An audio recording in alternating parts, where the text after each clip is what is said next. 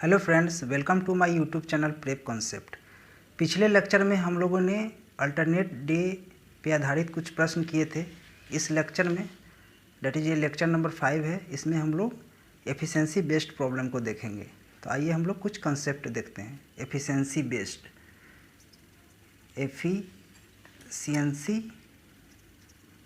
Based problems. तो इसमें कुछ कंसेप्ट को हम लोग देखते हैं। चूँकि हम लोग जानते हैं कि वर्क बराबर क्या होता है, हमारा एफिशिएंसी इनटू टाइम होता है। तो efficiency into time, if work constant हमारा हो, इफ़ वर्क हमारा क्या हो, कांस्टेंट हो, मतलब वर्क सिमिलर हो, मतलब समान काम को ही ए प्लस बी करे या बी करे या ए करे, मतलब वर्क में कोई चेंज ना हो, तो क्या होगा हमारा यहाँ से फर्स्ट क्या निकल कर आएगा, T1 equal to E2 T2। First formula हमारा निकल कर आएगा। सेकेंड फार्मूला क्या निकल के आएगा, ET equal to constant. That means efficiency is inversely proportional to time हो जाएगा। That means efficiency is inversely proportional to time. That means efficiency बढ़ेगा तो टाइम घटेगा, या टाइम बढ़ेगा तो एफिशिएंसी घटेगा। तो आइए इस पे हम लोग सेकेंड वाले पर कुछ एग्जाम्पल को देखते हैं। जैसे कि मान लिया जाए कि इस पे कुछ एग्जाम्पल देखते हैं। जैसे कि टाइम ऑफ ए और टाइम ऑफ बी का रेशियो हमारा दे रखा है, अगर 2:3 दे रखा है, तो इसके एफिशिएंसी ऑफ ए और एफिशिएंसी बी का रेशियो क्या होगा। क्योंकि एफिशिएंसी क्या होता है, इन्वर्सली प्रोपोर्शनल ऑफ टाइम होता है, तो 1/2 ये 1/3 हो जाएगा। डेट मीन्स तो इसको फ्रैक्शन को हटाने के लिए इसमें एलसीएम इसका लेते हैं, इसका 2 और 3 का एलसीएम लेते हैं। तो 2 और 3 का एलसीएम कितना, 6 होगा, और 6 को ऊपर से मल्टीप्लाई करते हैं, तो 6/2 और ये 6/3 होगा। डेट मीन्स कितना हो जाएगा, ये 3:2। तो हम लोगों ने क्या देखा कि अगर दो टर्म रहे, रेशियो में दो टर्म रहे, तो जैसे 2:3 है, तो टाइम का रेशियो क्या है, 2:3 है, तो एफिशिएंसी का रेशियो सिंपली 3:2 हो जाएगा, मतलब ये उलट जाता है। तो और इसको सिंपली कहें तो ये क्या हो रहा है, एलसीएम में हम लोग भाग दे रहे हैं, किससे भाग दे रहे हैं, 2 और 3 से भाग दे रहे हैं, मतलब कि time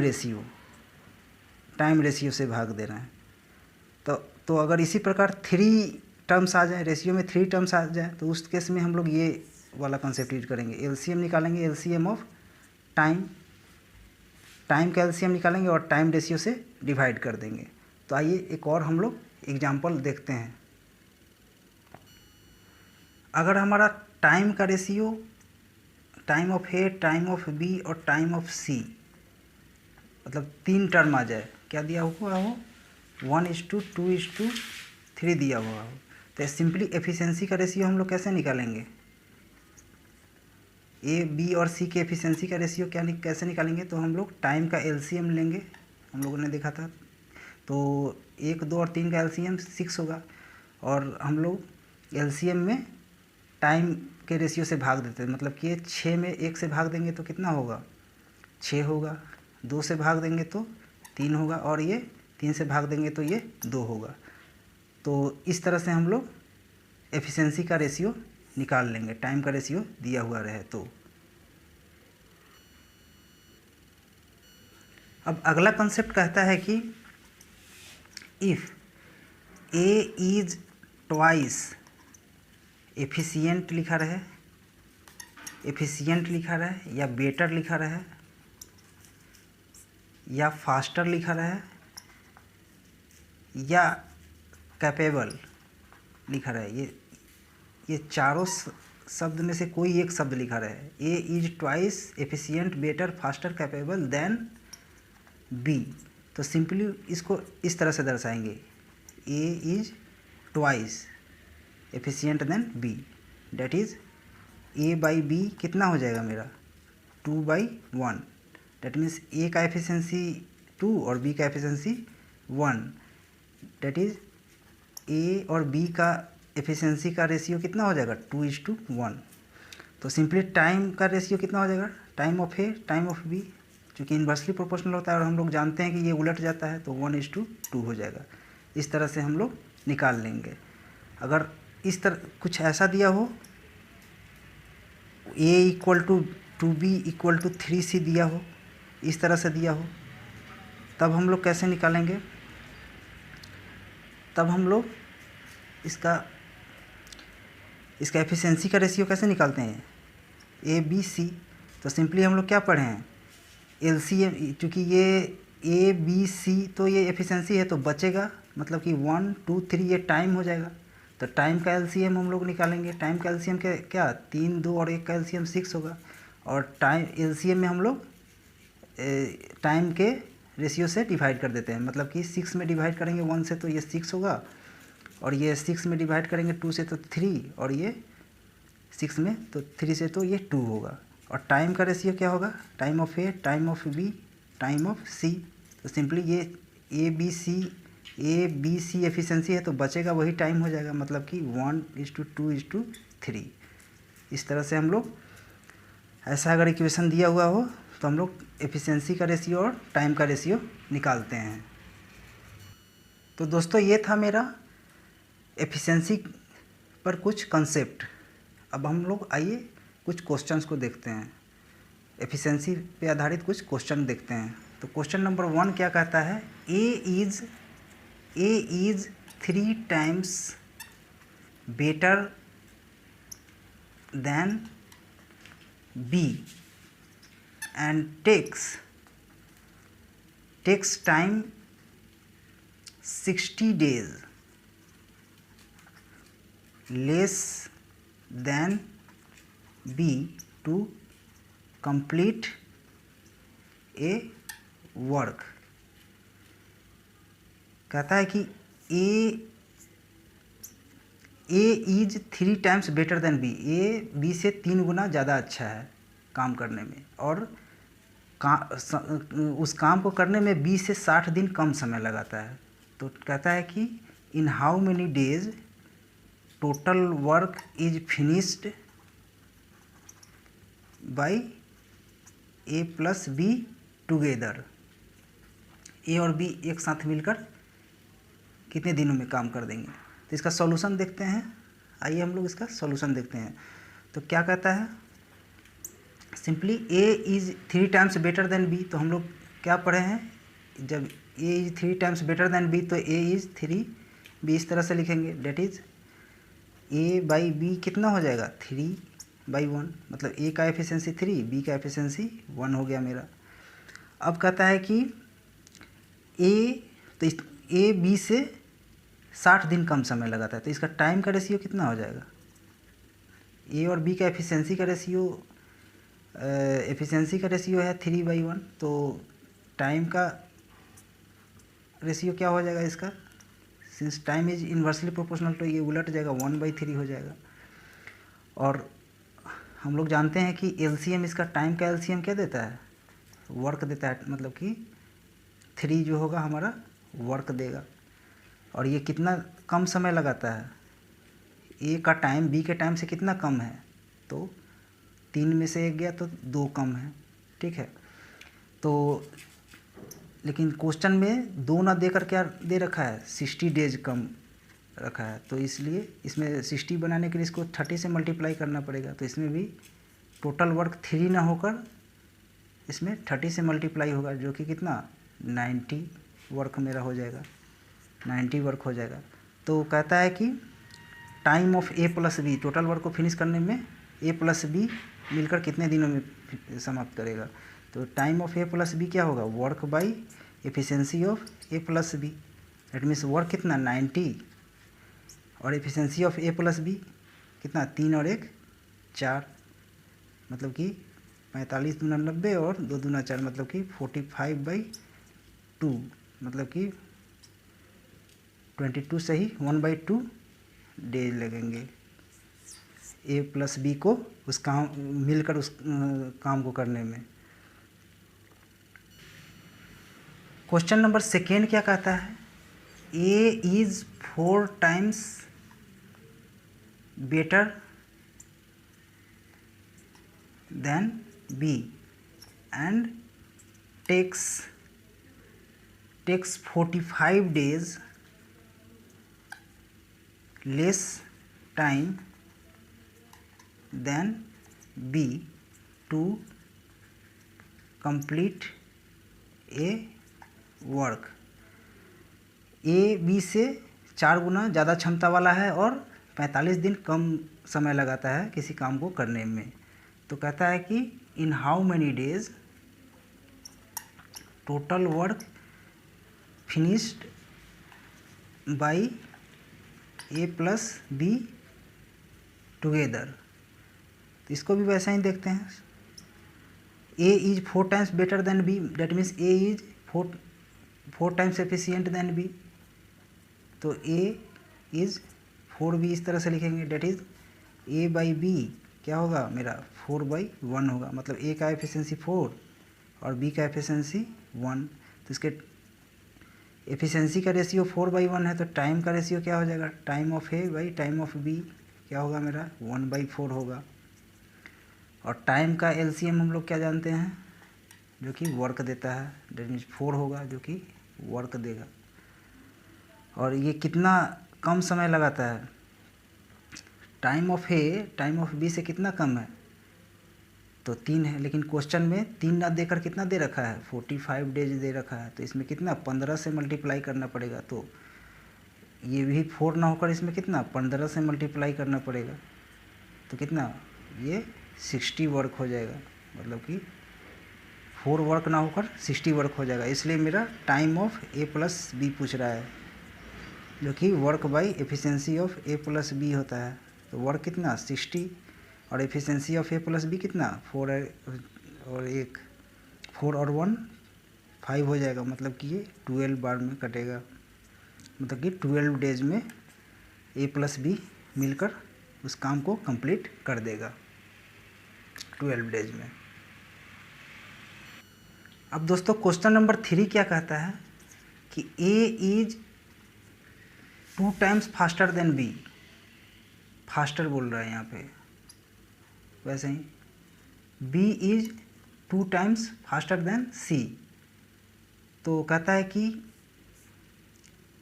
in if A plus B plus C working together, उसी काम को कितने दिनों में 16 डेज में फिनिश करता है। तो in how many days B alone, मतलब बी अकेला टोटल वर्क को फिनिश कर देगा,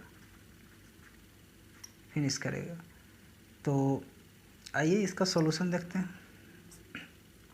क्या कहता है, A is 2 times efficient than B, efficient of B, और यहाँ पे 2 बी के जगह पर B is 2 times efficient of C दिया हुआ है। तो डेट मीन्स बी के जगह पर हम लोग 2c रखेंगे, डेट मीन्स ये 4c हो जाएगा। तो ए फाइनली क्या निकला मेरा, A equal to 2b equal to 4c। तो हम लोग एफिशिएंसी का रेशियो निकाल देंगे। इसका एफिशिएंसी का रेशियो क्या होगा, A is to B is to C. हम लोग जानते हैं एलसीएम ऑफ 1, यहाँ तो 1 है ना, 1 2 4 का एलसीएम कितना 4 होगा, और 4 में भाग दे दो सबसे, तो 4 में 1 से भाग दोगे तो कितना 4, ये 2 और ये 1 हो जाएगा। तो ये एफिशिएंसी का भी रेशियो आ गया मेरा 4:1 आ गया। अब क्या कहता है कि उसी काम को ए प्लस बी प्लस सी मिलकर 16 डे में करता है, तो उसी काम को बी अकेला कितने दिनों में कर रहा है, मतलब कि काम समान है। That means according to question क्या कहता है, W1 इक्वल टू W2 है, मतलब कि efficiency into time 1 E2 T2 होगा, मतलब एफिशिएंसी इंटू टाइम होता है, यही होता है ना। तो फिर क्या हो जाएगा, एफिशिएंसी 1 मेरा क्या है, A plus B plus C, A plus B plus सी है, और टाइम, इसका टाइम कितना 16 है। एफिशिएंसी 2 क्या है हमारा, बी है, इसका टाइम क्या है, तो टाइम ऑफ बी है, ठीक है। तो ये इसका अगर वैल्यू पुट करेंगे तो ए प्लस बी प्लस सी, मतलब कि 4 2 6 और 1 7 होगा, 7 इंटू 16 इक्वल टू बी का मतलब 2 इंटू टाइम ऑफ बी, तो 2 से कटा जाएगा ये 8 बार में, मतलब कि ये टाइम ऑफ बी कितना निकल कर आ जाएगा 8 सते 56 डे में, मतलब कि बी उसी काम को अकेला 56 दिनों में कंप्लीट कर देगा। यही हमारा आंसर हो जाएगा। अब आइए दोस्तों हम लोग क्वेश्चन नंबर 4 को देखते हैं। क्वेश्चन नंबर 4 में क्या कहता है, A is twice efficient as that of B and A is thrice efficient as that of C. उसके बाद कहता है A plus B plus C, मतलब ए बी सी टुगेदर मिलकर किसी काम को 15 डेज में कर देते हैं, तो उसी काम को कितने दिनों में बी प्लस सी, बी और सी दोनों मिलकर डेट मीन्स टोटल वर्क को फिनिश कर देंगे। ये मेरा क्वेश्चन है। तो आइए इसका सॉल्यूशन देखते हैं हम लोग। क्या दिया है हमारा, a इक्वल टू 2 भी दिया हुआ है और 2 b के जगह पर हम लोग a इक्वल टू 2 भी दिया हुआ है और डेट मीन्स और यही a इक्वल टू 3c दिया हुआ है। तो क्या हो जाएगा मेरा, ये 1b equal to 2b, 1a equal to 2b equal to 3c है, तो एफिशिएंसी का इसका रेशियो कितना हो जाएगा, a is to b is to c कितना हो जाएगा, LCM इसका 1 to 3 का LCM मतलब 6, 6 में 1 से भाग दो तो 6, 2 से भाग दो तो 3, 3 से भाग दो तो 2 आ जाएगा, मतलब 6 3 2 इसका LCM आ जाएगा। अब चूंकि a प्लस बी प्लस सी उसी काम को 15 दिनों में करता है, तो b प्लस सी उसी काम को मतलब कितने दिनों में करेगा, ये मेरा पूछ रहा है। तो काम समान है, मतलब कि अकॉर्डिंग टू क्वेश्चन क्या कहता है मेरा, वर्क 1 इक्वल टू वर्क 2 है, that means E1 efficiency 1 T1 efficiency 2 T2, that means पहला एफिशिएंसी क्या है, a प्लस बी प्लस सी है, इसका टाइम कितना दे रखा है 15 डेज दे रखा है। एफिशिएंसी 2 क्या दे रखा है मेरा, एफिशिएंसी 2 बोलता है b प्लस सी है, इसका टाइम हम लोग टाइम ऑफ b प्लस सी निकालना है। तो a plus B plus C कितना होगा, 6 3 9 और 2 11 इंटू ये 15 हो जाएगा, b प्लस सी मतलब कि 3 2 5 हो जाएगा, और ये time of b plus C 5 3 15, that means time of b plus C कितना हो जाएगा 33 डेज, मतलब b प्लस सी उसी काम को मिलकर कितने दिनों में कंप्लीट कर देंगे, ये 33 दिनों में कंप्लीट कर देंगे। यही हमारा आंसर हो जाएगा। अब आइए दोस्तों हम लोग क्वेश्चन नंबर 5 देखते हैं। क्वेश्चन नंबर 5 क्या कहता है, a man is 2 times faster then women and 3 times faster then boy. फिर कहता है कि एक मैन और 2 वोमेन और 3 बॉय